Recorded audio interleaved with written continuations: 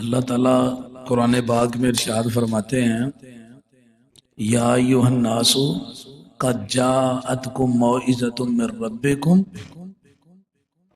وشفاء لما فی الصدور وہدی ورحمۃ للمؤمنین۔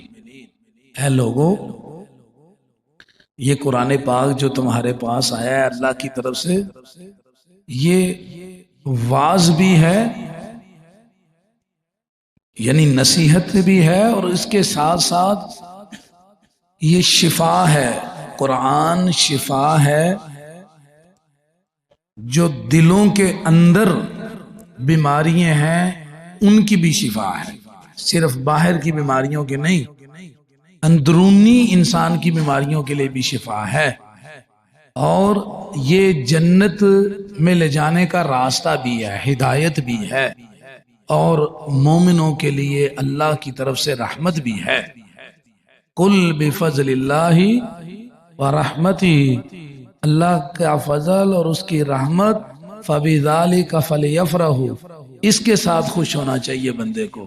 یہ اللہ کا فضل بھی ہے قرآن، اس کی رحمت بھی ہے، وخیر مما یجمعون، اور یہ سب سے زیادہ اچھی چیز ہے جو انسان جمع کرتا ہے۔ جیسے لوگ بعض لوگ ڈگریاں حاصل کرتے ہیں، کوئی کسی مضمون کی ڈگری، کوئی کسی مضمون کی ڈگری لیتا ہے، تو سب سے اچھی چیز جو اگر بندے نے جمع کی ہوئی ہے نا زندگی میں، وہ یہ قرآن ہے۔ اللہ تعالیٰ نے قرآن پاک میں کہا اسم تفضیل کے ساتھ یہ سب سے بہتر چیز ہے۔ دیکھیں دنیا میں کوئی دولت اکٹھی کرتا ہے، کوئی تجارت کے لیے کوئی مکان بناتا ہے، کوئی گاڑیاں، ہر بندے کا اپنا اپنا شوق ہوتا ہے نا، لیکن جس کا شوق یہ ہے کہ میں قرآن کو جمع کروں، قرآن کو یاد کروں، قرآن کو سیکھوں، قرآن کا ترجمہ، قرآن کی تفسیر، اللہ تعالیٰ فرماتے ہیں یہ سب سے بہترین چیز ہے، سب سے بہترین چیز ہے۔ فرمایا کہ یہ شفا ہے۔ کیسے شفا ہے آپ دیکھیں ذرا، قرآن پاک میں یہ جو آخری صورتیں ہیں، آپ اس کو اپنا معمول بنا لیں، صبح اور شام صرف 3 دفعہ پڑھیں۔ نبی کریم صلی اللہ علیہ وسلم نے فرمایا تکفیکا من کل شیء، جو بندہ صبح و شام آخری 3 کل پڑھے اسے ہر چیز سے کافی ہے، چاہے وہ جسمانی بیماری ہے، چاہے روحانی بیماری ہے، چاہے دل کا مرض ہے، چاہے دماغ کا مرض ہے۔ پہلے رسول اللہ صلی اللہ علیہ وسلم یہ کیا کرتے تھے کہ جب یہ آخری کل نازل نہیں ہوئے تھے، آپ ان جو ہے نا وہ پناہ پکڑتے تھے جنوں سے، شیطانوں سے۔ پھر جب یہ صورتیں آخری کل 3 نازل ہوئے، پھر رسول اللہ صلی اللہ علیہ وسلم نے ساری دعائیں چھوڑ کے صرف انہی کو پڑھنا شروع کر دیا۔ یہ سنن ترمذی میں حدیث ہے۔ تو یہ جو اللہ نے قرآن کہا نا قرآن شفا ہے، تو اس کی ایک مثال میں نے آپ کے سامنے یہ رکھی ہے۔ اسی طرح سورۃ فاتحہ کا واقعہ معروف ہے۔ نبی کریم صلی اللہ علیہ وسلم کے زمانے میں ایک دفعہ ایک صحابہ کا جو ہے نا وہ کچھ جماعت گئی، تو وہ گئے ایک راستے میں، کسی کو انہوں نے کہا کہ ہمیں کھانے پینے کے لیے کچھ دو، جگہ بھی دو۔ مسافروں کو لوگ کھلاتے تھے نا، جگہ بھی دیتے تھے، تو آگے سے انہوں نے انکار کر دیا۔ جب انہوں نے انکار کر دیا تو اس طرح ہوا کہ ان کو ضرورت پڑ گئی اب ان کی، ان کا سردار اس کو کسی زہریلے جانور نے ڈس لیا۔ ایک روایت میں آتا ہے کہ ایک ان کے قبیلے کا مجنون، پاگل پن کا کوئی علاج نہیں ہے۔ آج تک آپ ڈاکٹروں کے پاس جائیں، آپ نے کبھی دیکھا کہ کوئی پاگل جو محلے میں، گاؤں میں اب نارمل جو پھرتے ہیں، جو پاگل ہوتے ہیں، ان کا علاج کبھی سنا ہوا؟ وہ پاگل ہی پیدا ہوتے ہیں، پاگل ہی چلے جاتے ہیں دنیا سے۔ لیکن قرآن میں ان کا بھی علاج موجود ہے۔ ایک روایت میں ہے کہ زہریلے جانور نے ڈسا ہوا تھا، ایک میں ہے کہ مجنون تھا، پاگل، اس کو لایا گیا، سورۃ فاتحہ پڑھ کے صحابہ نے دم کیا، اللہ نے اس کو شفا کر دے دی۔ اب جب اس کو شفا ملی تو انہوں نے کہا دیکھو ہم نے پہلے تمہیں کہا تھا کہ ہم مسافر ہیں، ہمیں کھانا دو، تم نے نہیں دیا، اب ہم اس دم کے تم سے پیسے لیں گے۔ تو پھر انہوں نے دم کی 30 بکریاں لی۔ کتنی؟ 30 بکریاں، یعنی قرآن پڑھ کے پیسے بھی لیے جا سکتے۔ دم کی انہوں نے بکریاں لی۔ جب انہوں نے بکریاں لی 30، تو اس وقت اب بعض نے کہا کہ پتہ نہیں یہ ٹھیک ہے، بعض نے کہا پتہ نہیں ٹھیک ہے کہ نہیں، اس کے اوپر تھوڑا سا اختلاف ہوا۔ تو خیر انہوں نے جو کھانا تھا کھا لیا، بکریاں لی اور واپس نبی صلی اللہ علیہ وسلم کے پاس پہنچ گئے۔ جب نبی صلی اللہ علیہ وسلم کے پاس گئے تو رسول اللہ صلی اللہ علیہ وسلم کو جا کر انہوں نے واقعہ بتلایا کہ یا رسول اللہ اس طرح ہوا تھا، ایک علاقے میں یہ ہمارے ساتھ معاجرہ ہوا، تو ہماری انہوں نے خدمت نہیں کی، تو ہم نے بھی کہا کہ اب فری میں نہیں، ہم نے تمہیں دم کرنا، نہ ہی قرآن فری میں نہیں سنانا۔ جب انہوں نے ہمارا خیال نہیں رکھا تو ہم نے پھر دم کی 30 بکریاں ان کے ساتھ مکا لی، تو 30 بکریاں ہمیں ملی، کسی میں 40 آتا حدیثوں میں۔ تو رسول اللہ صلی اللہ علیہ وسلم نے جب یہ سنا تو ان کی اس روزی کو جائز قرار دینے کے لیے آپ نے کہا میرا حصہ بھی نکالو۔ کیوں؟ کہا میں تمہارا استاد نہیں، کس نے سکھایا تھا تمہیں؟ یہ میں نہیں سکھایا نا، لاؤ میرا بھی حصہ لو۔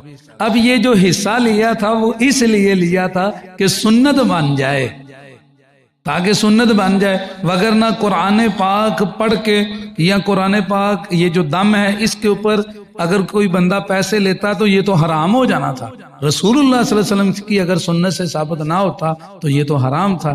اس لیے رسول اللہ صلی اللہ علیہ وسلم نے سعد کہا میرا حصہ مجھے دو، اور پھر سعد کہا ان احق ما اخذتم علیہ اجرا کتاب اللہ، یہ تو سب سے زیادہ جو ہے وہ حقدار چیز ہے کہ تم اللہ کی کتاب پڑھو اور اللہ ساتھ تمہاری روزی روٹی کا بھی بندوبست کر دے۔ وہ کیسے؟ کہ دیکھو اب نماز جو ہے وہ تو فرض ہے کہ نہیں، جمعہ بھی فرض ہے کہ نہیں، جو کام اللہ نے مولویوں کو دیے ہوئے ہیں وہ تو سب نے کرنے ہیں۔ نماز اگر مولوی صاحب نے پڑھنی تو آپ نے نہیں پڑھنی، تو آپ میں سے بھی کوئی پڑھا سکتا ہے۔ یعنی یہ ایک ایسا فضل ہے اللہ کا کہ وہ کام جو فرض تھا وہ کر رہے ہیں، تو اللہ تعالیٰ ان کے بچوں کی روزی روٹی بھی لگائی ہوئی ہے۔ یہ ہے اللہ کا فضل۔ اس لیے رسول اللہ نے فرمایا یہ تو بڑی کمال چیز ہے کہ بندہ اپنا فرض ادا کر رہا ہے اور اللہ تعالیٰ اس کے معاملات کو، ساتھ ضروریات کو پورا کرتا چلا جا رہا ہے۔ تو ایسے ہی تھا موسیٰ علیہ السلام کو دیکھ لو، موسیٰ علیہ السلام کو اللہ نے فرعون کے گھر میں پالا، جس فرعون کو موسیٰ علیہ السلام نے ختم کرنا تھا اسی نے ان کو پالا۔ تو حالانکہ یہ ڈیوٹی تھی نا، ان کا تو اپنا کام تھا، لیکن اللہ تعالیٰ نے ان کے لیے اوپر چلے جاؤ، کس نے جانا؟ اوپر آ رہے ہیں، بابا جی کو بھیج دیں، بابا جی اوپر سے جو خدمت ہوئی ہے وہ نیچے لے آئیں، لا کے ادھر جو ہے نا وہ جمع کروا دیں۔ تو کیا بات ہو رہی تھی کہ یہ جو اللہ تعالیٰ کی طرف سے فضل ہے مولویوں کے اوپر، اس کو کہتے ہیں چوپڑیاں نالے دو ہیں۔ عام بندے جو ہیں نماز پڑھتے ہیں تو انہوں نے بھی پڑھنا ہے۔ اب دیکھو سارے لوگ رمضان میں قرآن پڑھتے ہیں کہ نہیں، لیکن جو بندے اللہ کے لیے وقف ہوتے ہیں اللہ تعالیٰ ان کو اس کے اندر ہی ان کی روٹی رکھ دیتا ہے، روزی روٹی بھی اللہ دے دیتا ہے، اور اصل تو چیز اللہ کی نے جو دینی ہے وہ آخرت کے اندر ہے، جس کا کوئی یہاں پہ کوئی مقابلہ نہیں ہے۔ وہ جو آخرت میں اللہ تعالیٰ اجر دے گا نا، اصل اجر تو وہ ہے۔ میرے بھائیوں یاد رکھیں کہ یہ جو ہے قرآن پاک کا سلسلہ واللہ یہ بڑی بابرکت کتاب ہے۔ آپ اندازہ کریں جس طرح دنیا میں آپ تجارت کرتے ہیں نا، تجارت نبی صلی اللہ علیہ وسلم کی ایک حدیث ہے، میں آپ کو سناتا ہوں۔ ہم جو تجارت کرتے ہیں، انویسٹمنٹ کرتے ہیں، انسٹالمنٹ کرتے ہیں، تو وہ ہمیں مل جاتا ہے کہ نہیں؟ یہ قسطوں پہ پلاٹ، قسطوں پہ مکان۔ کل قیامت کا دن ہوگا جب حافظ قرآن، قرآن پڑھنے والا، قرآن سے محبت کرنے والا قبر سے نکلے گا تو وہ دیکھے گا کہ سامنے ایک انسان کھڑا ہے، اور اس کے رنگ جو ہیں وہ اڑے ہوئے ہیں، جیسے کوئی بندہ کسی کے انتظار میں کھڑا نہیں ہوتا تو انتظار کر کر کے پھیکا رنگ پڑ جاتا ہے۔ تو جو ہی جو ہے وہ قرآن پڑھنے والا، پڑھانے والا، اس کو سکھانے والا، وہ جب نکلے گا قبر سے تو آگے سے اسے کہے گا آپ مجھے جانتے ہو میں کون ہوں؟ وہ کہے گا جی نہیں میں تو نہیں جانتا۔ وہ کہے گا میں قرآن ہوں، اللہ تعالیٰ نے آج مجھے یہ شکل عطا کر دی ہے۔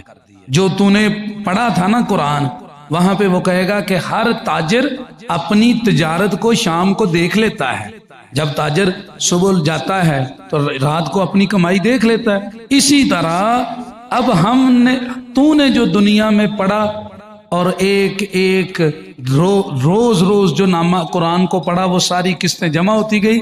آج اللہ نے مجھے وہ جسم اور شکل دے دی ہے اور میری ڈیوٹی کیا لگی ہے، میں نے تجھے لے کر جنت میں جانا ہے، جنت میں لے کر جانا ہے. تو اگر حافظ قرآن کو یاد رکھنے کے ساتھ ساتھ اس پہ عمل کرے اور قرآن کو اپنے نفس کے ساتھ جوڑ دے، قرآن اس کے نفس میں سرایت کر جائے. دیکھو نا رسول اللہ صلی اللہ علیہ وسلم کے بارے میں جب پوچھا گیا، صحیح مسلم میں حدیث ہے اماں جی عائشہ سے، تو امی عائشہ سے پوچھا گیا کہ آپ یہ بتائیں کہ رسول اللہ صلی اللہ علیہ وسلم کے اخلاق کیا ہیں، رسول اللہ کے اخلاق کیا ہیں؟ تو امی عائشہ نے فرمایا رسول اللہ کا اخلاق قرآن ہے. اگر حافظ قرآن کا اخلاق قرآن بن جائے تو یہ دنیا میں بھی ترقی ہے، آخرت میں بھی ترقی ہے. جتنی بڑی چیز ہے، یاد رکھیں، جتنی بڑی ذمہ داری ہوتی ہے نا، اگر کوتاہی ہو تو اتنی بڑی سزا بھی ملتی ہے، سزا بھی اتنی بڑی ملتی ہے. اس لیے سب سے پہلے جو جہنم کی آگ بھڑکائی جانی ہے وہ بھی سخی، عالم اور مجاہد کے ساتھ بھڑکائی جانی ہے. سخی جو تھا اس نے بھی مال اللہ کے راہ میں خرچ کر کر کے بڑا مال لٹایا، عالم نے دن رات اللہ کا پیغام سنایا، اور مجاہد نے اللہ کے کلمے کو بلند کرنے کے لیے سب کچھ کیا. اب یہ جو کام کرنے والے تھے جب ان کی نیت بدل گئی، اللہ تعالیٰ قیامت والے دن سب سے پہلے یہ پہاڑوں جتنے عمل ہیں، یہ عمل پہاڑوں جتنے بڑے ہیں، لیکن ان کا اجر رائی برابر میں نہیں ملے گا اگر بندہ مخلص نہ ہوا. سب سے پہلے جہنم کی آگ بھی انہی کے ساتھ بھڑکائی جائے گی. اس لیے یہ بہت بڑی نعمت بھی ہے، قرآن بہت بڑا اعزاز بھی ہے، بہت بڑی برکت بھی ہے، لیکن اگر اس کے مطابق انسان عمل نہ کرے یہ بہت بڑی حسرت بھی ہوگی کل قیامت والے دن، اور بہت بڑے عذاب کا بھی باعث بنے گا. رسول اللہ صلی اللہ علیہ وسلم نے فرمایا ان اللہ یرفع بہذا الکتاب اقواما ویضع بہ آخرین. اللہ تعالیٰ اس کتاب کے ساتھ لوگوں کو اوپر لے کر جاتا ہے. یہ بات غور سے سمجھنے والی ہے. ہمارے ہاں یہ ہے کہ قرآن پاک سے صرف برکت ملتی ہے. توجہ سے سننا، جو بندہ قرآن کو اپنے آگے کر لیتا ہے اور اس کے مطابق عمل کرنا شروع کر دیتا ہے، قرآن کو راہبر بنایا، پیچھے پیچھے چلنا شروع کر دیا، تو قرآن اس کو جنت کے اندر لے کر چلا جائے گا. رسول اللہ صلی اللہ علیہ وسلم نے فرمایا جس نے قرآن کو پس پشت ڈال دیا اور اس سے منہ موڑ لیا، قرآن اس کو جہنم کے اندر ڈال دے گا.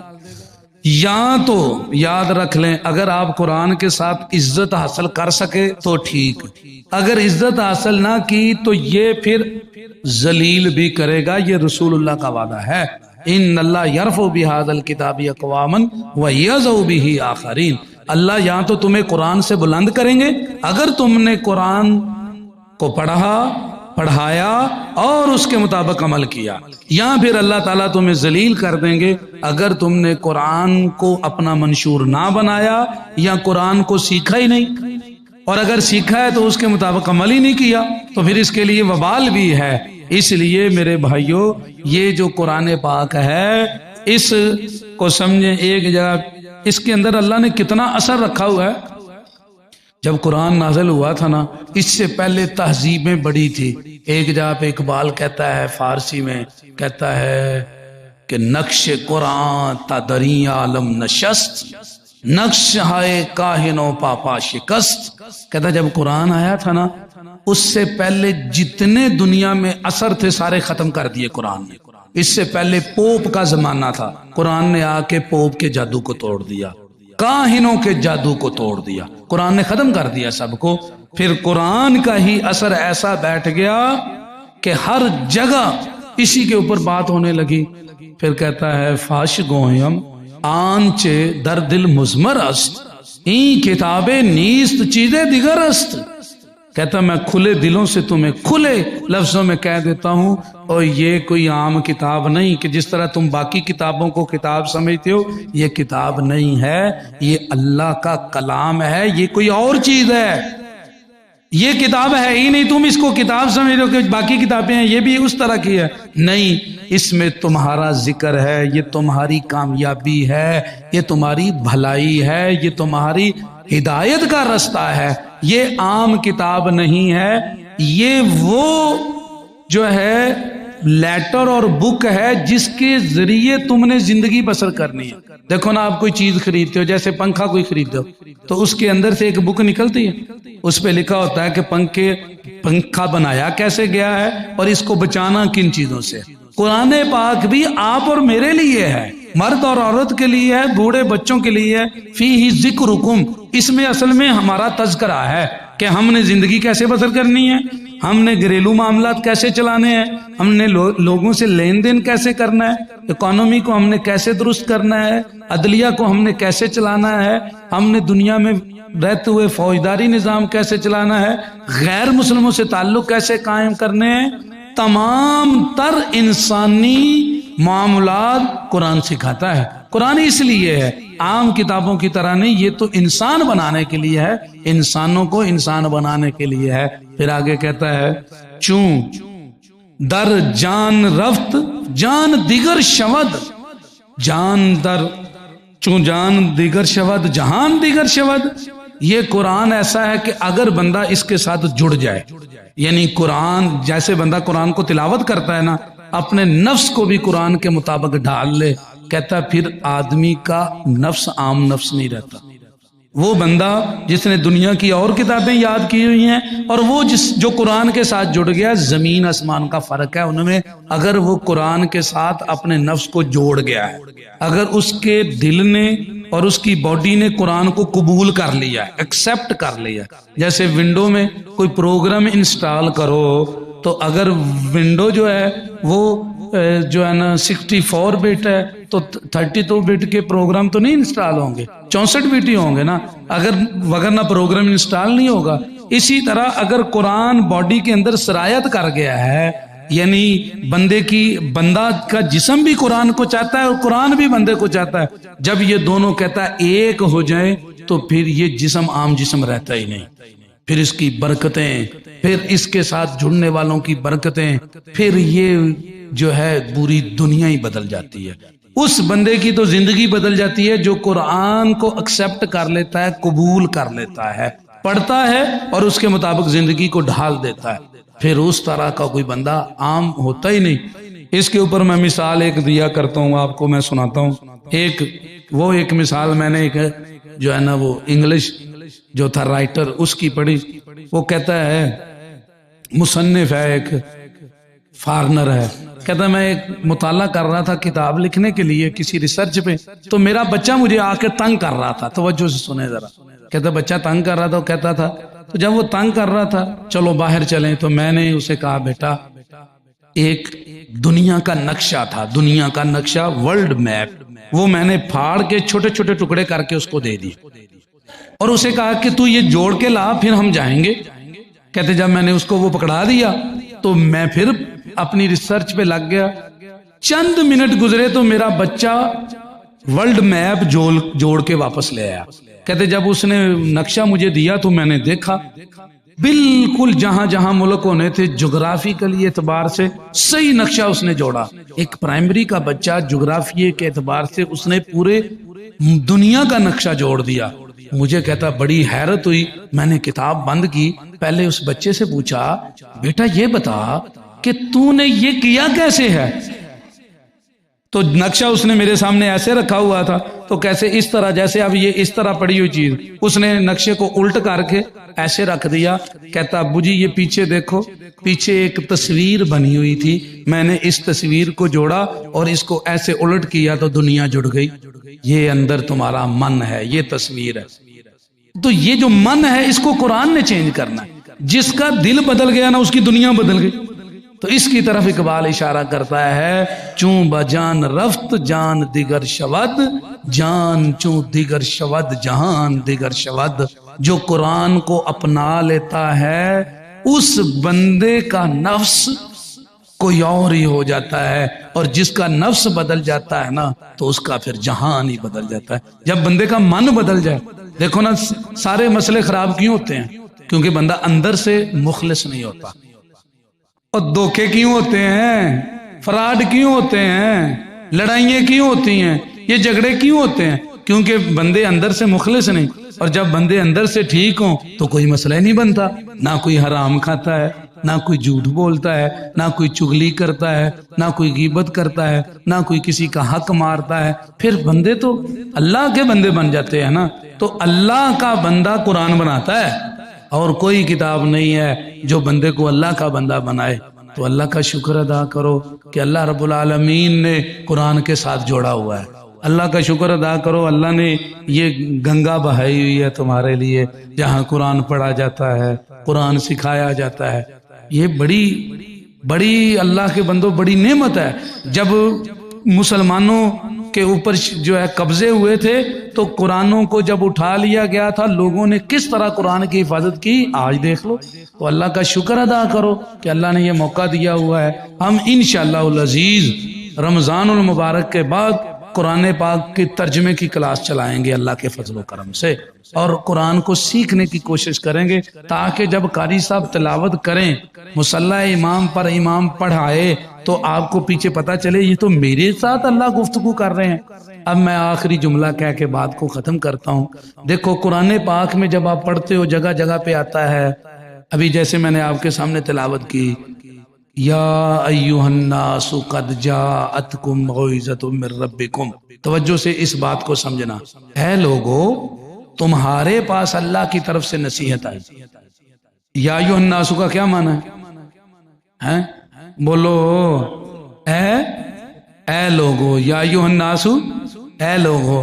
اب اگر آپ کو پتا ہو کہ یہ لوگوں کی بات نہیں، یہ تو میری بات ہے، فیہ ذکرکم، اللہ کہتے تمہارا ذکر ہے، تو پھر آپ یا ایھا الناس کی جگہ پہ کہو کہ اللہ نے تو میرا نام لیا، اللہ میرا نام لے کے مجھے کہہ رہے ہیں، اے ابو حفص، اے ابو بکر، اے عمران، اے فلاں، اے فلاں، تو پھر بندے کا انداز اور ہوتا ہے کہ اللہ میرے سے خطاب کر رہے ہیں۔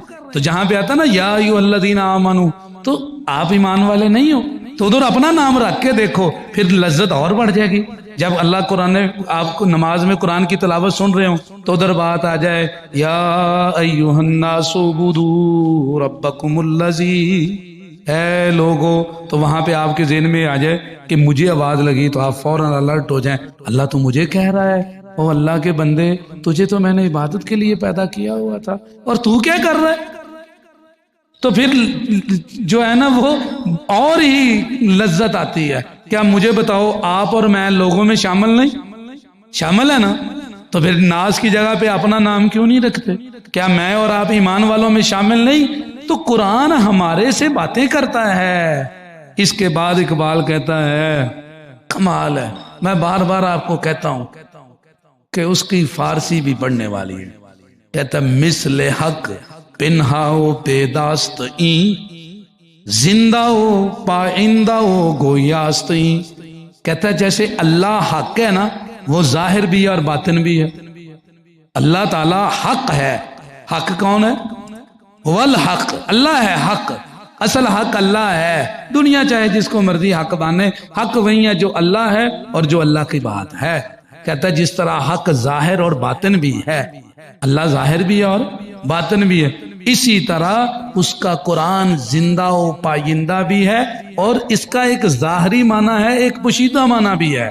ظاہری ترجمہ تو تم کرتے ہو، لیکن جب اس کو دل سے پڑھتے ہو تو پھر ایسے لگتا ہے جیسے تم سے باتیں کر رہا ہے۔ گویاست این، یہ تو باتیں کرتا ہے۔ کہتا ہے یہ زندہ قرآن ہے، اسے باتیں کر کے دیکھو، تمہیں تمہارے مسئلوں کے حل کرے گا۔ تم پریشان ہونا تو کبھی پریشان ہو کر کبھی آزماؤ اور کہو یا اللہ مجھے سمجھ نہیں آ رہی، میں پھنس گیا ہوں، کیا کروں؟ آپ ذرا پورے خلوص نیت سے ایسے قرآن کھولو، اسی صفحے میں کوئی نہ کوئی آیت ہوگی جو تمہارے مسئلے کا حل کر رہے، تم سے باتیں کرے گا۔ میں نے اسے کئی دفعہ آزمایا ہے، جب کوئی بات سمجھ نہ آ رہی ہو تو میں کھولتا ہوں تو اندر اس کے اندر حل موجود ہوتا ہے۔ زندہ ہو پائندہ ہو گویاستی، یہ زندہ ہو جاوید ہے، اور یہ تو بولتا ہے لیکن اس کی بولی کوئی سنے تو صحیح. اب اس کی بولی سننے کے لیے کم از کم عربی کا ترجمہ اور قرآن کا تو آنا چاہیے نا. قرآن کا ترجمہ آئے گا تو اس کی بولی سمجھیں گے نا. بولتا تو وہ ہے لیکن ہمیں اس کی.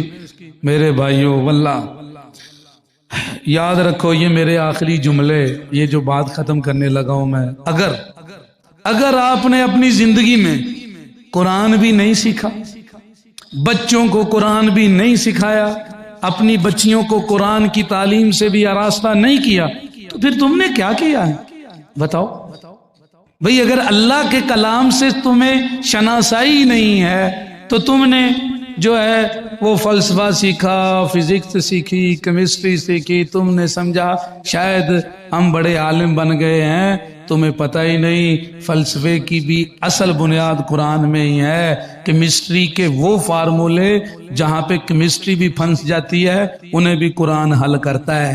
میتھکس جہاں جواب دے دیتے ہیں وہاں سے تو قرآن کا میتھ شروع ہوتا ہے. قرآن اور میتھ اس پہ بھی بکس لکھی گئی ہیں. قرآن اور فزکس اس پہ بھی بکس لکھی گئی ہیں. قرآن اور کیمسٹری اس پر بھی کتاب لکھی گئی ہے. اگر آپ قرآن پاک سے ذرا ملیں تو صحیح، جڑ کے تو دیکھیں، آپ کے مضمون بھی آپ کو دے گا اور ساتھ تمہیں اللہ کی راہ جو ہے وہ بھی دکھائے گا. تو اگر ہم نے قرآن کے علم کو نہیں سیکھا تو کیا سیکھا پھر بتاؤ. اللہ کی بات ہی نہیں ہم نے سنی، اللہ کی بات ہی نہیں سمجھی. اللہ تعالیٰ نے جس زبان میں ہم سے کلام کی، ہمارے پیارے نبی کی زبان، ہم نے اس کا ترجمہ ہی نہیں سیکھا تو کیا سیکھا ہم؟ کچھ بھی نہیں سیکھا. اللہ کے بندو اگر ہم صرف اس پر ہی اللہ کا شکر ادا کریں، اور شکر کے لیے ضروری ہے یاد رکھنا کہ ہم قرآن کو سیکھیں، کیونکہ قرآن بندے کو شکر گزار بناتا ہے. وہ ایک شاعر کہتا ہے نا، کہتا ہے کہ حمد بے حد مر خدائے پاک را، آنکھ ایمان داد مجھ خاک را. کہتا ہے میں ساری زندگی تعریف کرتا رہوں تو کم ہے، اس بات پر ہی. کس بات پر؟ کہ مجھے اللہ نے ایمان عطا کر دیا ہے. تو اس لیے اللہ رب العالمین نے جو ہمیں عطا کیا ہے ایمان، او میرے بھائیوں، اس کا یہ نتیجہ ہے کہ ہم اس کے ساتھ جڑیں. تو آپ سب کو مبارک ہو، آپ سب کو مبارک ہو. میں دعا کرتا ہوں کہ اللہ تعالیٰ اسی طرح مرکز کو آباد رکھے. ہم رہیں یا نہ رہیں، اس کی بات، اس کا نام، اس کا کلمہ اور یہ اس کے کلمے کو بلند کرنے والے ادارے قائم رہیں.